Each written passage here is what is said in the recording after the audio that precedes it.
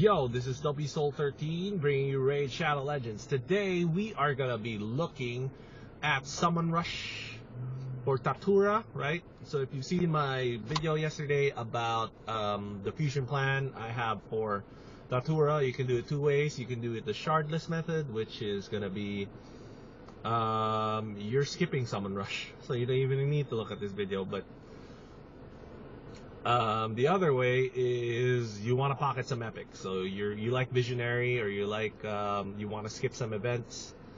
So as I predicted, Visionary is in the 3500 slot. That is for Summon Rush, 7 Sacred Shards or 28 Void Shards, or a mixture of the two, right? Every 4 Voids is about roughly 1 Sacred, then you can fill the rest out with Mystery Shards, right? So, you can use Mystery Shards, of course. That would be a go-to. Me personally, I use Mystery Shards to fill, in. We need to check real quick if there's like a bonus you can get after the 3500 mark. Usually they'll give a legendary book after that. No. So the 3500 is the bonus. So they're not giving the Lego books away anymore. Kind of sad, but you get a guaranteed champ this time around. So no Lego book afterwards. You're gonna have to get that yourself. RNG. All right, so let's go take a look at the 10x event. Yeah. So it's 10x today, as always. Ignore the left side of your screen. Totally useless. You're never gonna pull them anyway. Right side of your screen, though, man, there's some good ones. So, Farrakhan the Fat, I think, is a chase epic. That's it. Plain and simple. Farrakhan the Fat is a chase epic.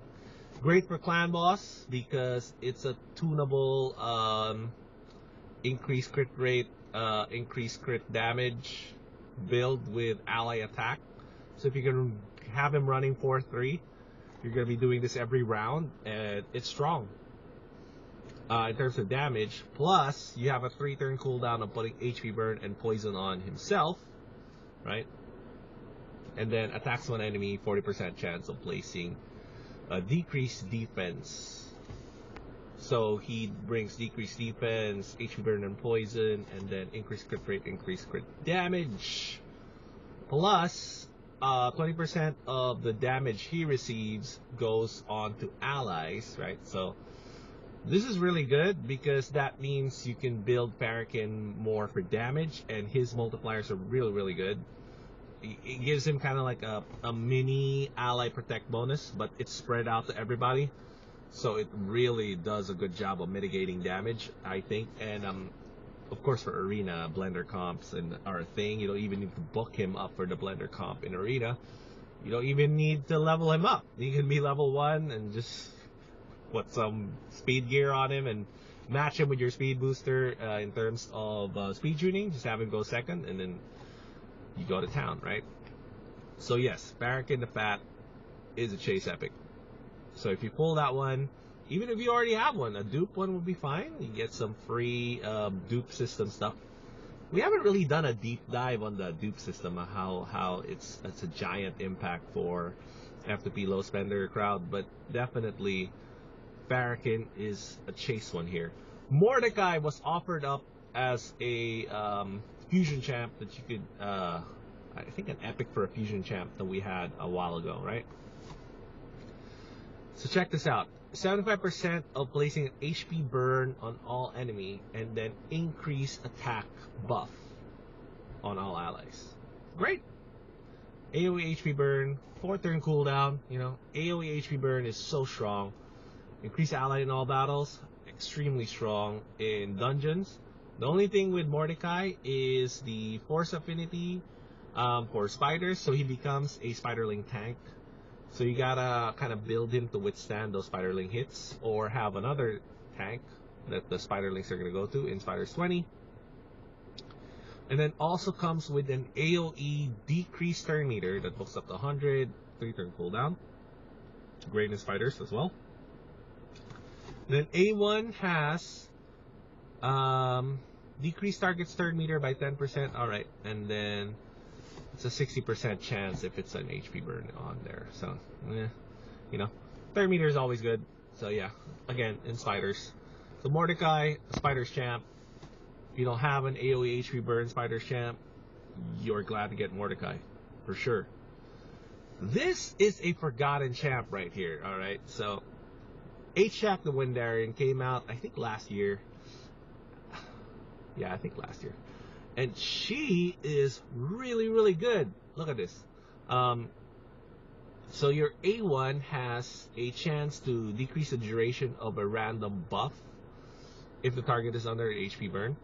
Alright, and then could decrease turn meter instead if they're under freeze buff, right? So from there you'll understand how the rest of the kit works. It's kind of like a flip between HP burn and freeze.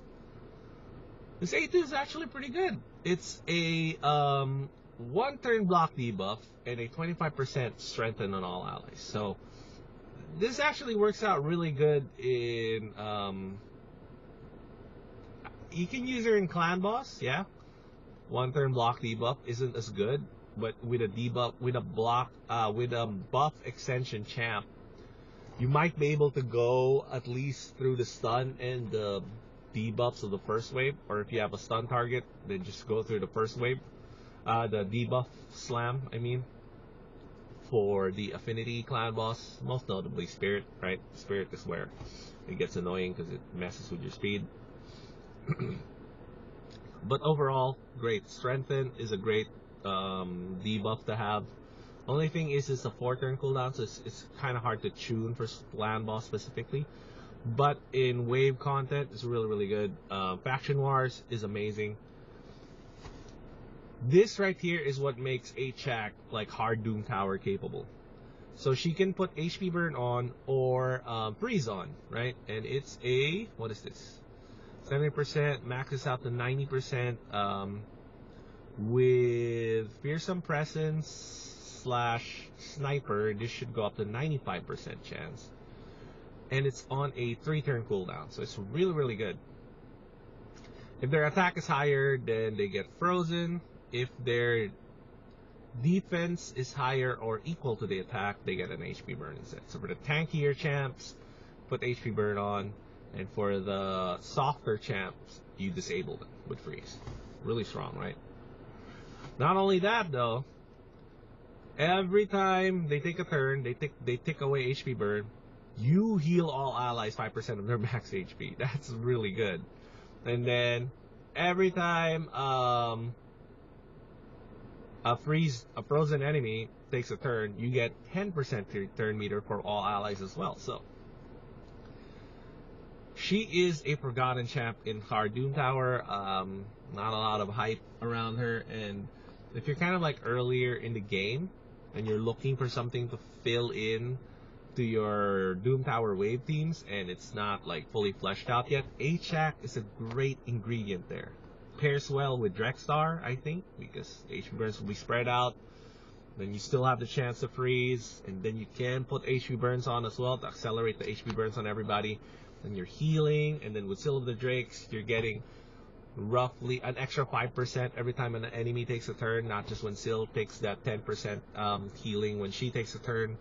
So yeah, H-Shack is really strong, and then Ally Def All Battles 25% is a very strong aura. Actually, it's really, really strong. That's that used to be the gold standard before. Actually, 25% was a pretty good number before, and now it's kind of like more ubiquitous, right? You can have a lot more people have that number on. Ultimate Gaelic, also known as the original AoE HP burner, right? So how does the HP burn for this guy works is, if you have increased attack on him, right? Attacks on enemy, place 50% chance of placing burn, books up to 75%.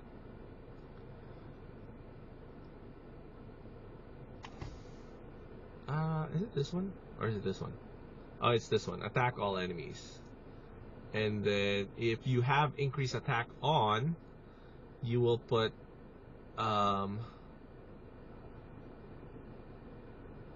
you'll put HP burn AoE if you have increased attack on. That kind of confused me a little bit. He has one of the more confusing kits, but basically you just need to put increased attack on him, and he does AoE HP burn on a 4-turn cooldown. Each hit, so it's a 2-hitter, 50% chance to hit, 50% chance to place each hit. Not bad. It's really good. So that's basically everybody from there. It's kind of like a 75%-ish chance to place HP burn, right? If you factor those two together. Also, you decrease turn meter by 20% if you do put the HP burn on. So that's actually pretty good as well. What is this? Fully heals the champion and instantly removes any stun whenever an enemy places stun on this champion. And then A1, it can also place HP burn if he's under increased attack. And then 10% if this a 10% turn meter boost if the attack. Yeah. So Ultimate Gaelic, I think they gave him away in the Amazon Prime drops in 2019, early 2020. So yeah, I think 2019, yeah. So this was before the pandemic. And Ultimate Gaelic is a strong champ if you pull him and you don't have AoE HP burn. It's a little bit of setup because you need to put increased attack on him, but it's not really that hard to find an increased attack champ, honestly. Yeah, it doesn't specify what kind of increased attack buff he has to be under, so you can use Valerie. That's it. With Valerie on your team, Valerie has shield, so that helps with the spiders as well, right? And then everything should revolve around just decreasing the turn meter of the Spider Queen, and having your Spiderling tank to survive the spider hits. So yeah, overall, I think it's a decent 10x. I mean, it's practically free if you're going for Visionary. If you're not going for Visionary, then, you know, there's not really much value there for you unless you're looking for an AoE HP burn champ. If you're looking for an AoE HP burn champ, that's it. That's a great way to do it. Now the question is, do I pull Voids or do I pull Sacreds to get my Visionary? Because I'm personally going for Visionary. More for like content purposes. I don't need Visionary, you know. But yeah, it's more for just my personal content stuff. Oh, actually, you know what? Before we do our pulls, I want to take a look at Visionaries. Is she a Dark Elf? Oh, she is a Dark Elf. Oh, it's actually not bad. Dark Elf, more damage. I'm trying to think if I need her for my Faction Wars team. I don't think so. Oh yeah, so let's pull. Yeah, I haven't pulled Sacreds in a while, huh? So yeah, this will be a good chance to kind of pull some Sacreds. I mean, I could also use some of my mystery shards here. Yeah. So for most people, alright, this is the disclaimer. For most people, I would follow the Shardless plan. Like for most people, really. I would just absolutely follow the Shardless plan. Unless you really feel like Visionary can help your arena team. So if your arena team is not performing that well for you, Visionary is a bit of a slam dunk there. Honestly, you don't need to max her out or anything. Just put her on speed gear. Make sure she goes second after your speed lead and speed booster. She could be your speed booster, right? Just speed lead, that's the speed booster, you know. She could be the speed booster. I think she works better in like a double boost team, right? So if you have a like you can tune a double boost team, and then she's the second booster, and then she puts up increase crit rate and increase crit damage, and then you're gonna go AoE decrease defense with a harder hitting AoE decrease defense champ, you know, like Zargala or even like War Maiden. Actually is gonna hit harder with all those buffs on her. Then you can finish it off with a nuke, Dark Elaine or a Kale. That's usually, or your starter, Dark Elaine or your starter, whoever you pick. That's usually the F2P low spender early arena team. Visionary perfectly slots into there without devoting too many resources on her. Just your speed gear, basically, right? So it's up to you. I would suggest going for the Shardless way to do it. That way, you're focused more on champ training, which is something you want to do anyway, is level up champs earlier in the game. And also, you get to save shards for next year, right? So, yeah. You know, we haven't pulled Sacreds in a while, so might as well. And the champs they offered up are actually pretty good. I wouldn't mind pulling dupes of Farrakhan, or just getting Ultimate Gaelic, or Mordecai, or even dupe Achak would be fine with me as well. I do use her in my Faction Wars team, even though she's not 6-star. So let's go. Let's see if we get any of those 10x epics. I'm going to be pulling 7, so that'll bring me down below 40. What do we get? Hexa. Who is this? I've never seen this before. Decreased defense on that A1. It's an undead. And then A3 is heals this champion 50% damage inflicted. Heal increases 10% each debuff on this champ. Increase speed on this champ. Extra turn. It's an attack champ.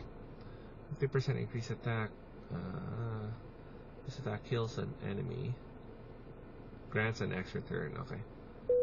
Damage stacks by 7.5% each debuff on this champ. That's a perfect pairing with Gerptuck, right? Faction crits 27%. Okay, so not really that useful, I think, but I don't know. Maybe it'll. Seems like it has potential, but doesn't. It's not jumping out to me right now.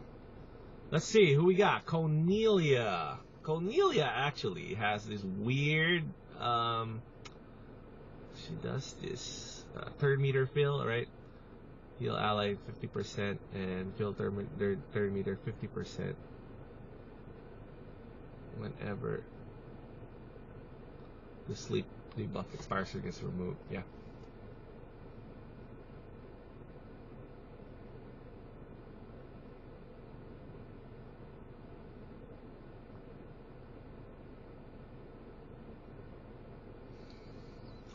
I think Cornelia has this weird, because this is a 2-turn cooldown, has this weird potential to do a solo build for things like Scarab King, things like Frostfighter probably, you know. She just has this weird kit where she boosts her meter, she heals herself, and she also brings ally speed. So, I mean, Haikatun is better there. If you are going to do a solo build and you don't have anything else, Haikatun's better. Increasing cooldowns on the target skills, that doesn't really come into play. Maybe Eternal Dragon, maybe. But yeah, Cornelia, I think, is a hidden gem, but I'm not going to devote any time to kind of level her up or whatever and figure out if she's any good. But definitely it's a hidden gem. Pitiless one. I think this guy sucks. Just straight. Not a fan, right? Okay. Did my game freeze? What do we get? Magnar. Alright. So Magnar is quickly becoming the F2P low spender preferred nuker.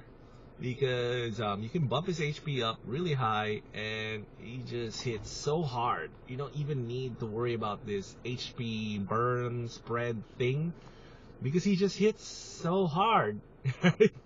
Like, you don't need it. So he's kind of like a budget Astrolon, right? Because he puts, what does he do? Places extra hit on enemies without HP burn. Without HP burn. And if they are on HP burn, he can put stun on. Yeah. So that extra hit without the HP burn, so good, so strong. And that's why people use Magnar. They use Magnar to clear waves and all that stuff. So Magnar is actually becoming a really, really viable and strong epic nuker for F2P low spender people, which is great. So if you pull the Magnar, congrats. Not really what they offered up as 10x. Oh, okay, so we finally pulled a 10x. We got Mordecai, right? That took how many? How many did we do? 46. I think we did 5 already, right? So I gotta do a couple more to get Visionary. And it's Bushi. Bushi is no bueno, in my opinion. I don't like him. Some people have figured out a way to use this passive, right? Combine, what is this? Yeah, they figured out a way to use this passive, but I don't know. I think he's okay. He's not great. Definitely not great. And no legendaries, of course. We're on 10x. And my last pull is Terror Beast. Is this an older epic? That sucks. Oh, this is the one you fight in the Ice Golem. So yeah, all ally reflect damage is actually strong in Fire Knight, you know. But why would you use this guy over Fellhound if you have pulled a Fellhound? There's no reason to use this guy over Fellhound. You pick Fellhound, right? So yeah, it's fine. I prefer Fellhound. Even if you don't have Fellhound, there's Lordly Legionary, who's not even that great, but you know, you get it for free. So there's really no need to level that guy up unless they make Reflect a lot better. So let's see if we got Visionary. There's no need to Diamond Hander or whatever, because you gotta pull her now, because Summon Rush is on a timer. What's up, game? Why are you slowing down on me? So yeah, I got my Visionary, got my Misericord, and let's see if I go for Masamoto as well. Usually what I do is I just go for the epics for these kind of events. This is for my personal purpose, since I'm doing content online as well, even though, you know, it takes me forever to level up any champs anyway. But yeah, just having some extra epics on my pocket is seems like a good idea for me. I think for you personally, I might just go Shardless with this one. This gives you the maximum amount of flexibility for next year, especially if we're going to be playing through the fusion events next year, which is what I'm going to do, and I'm going to see you guys later.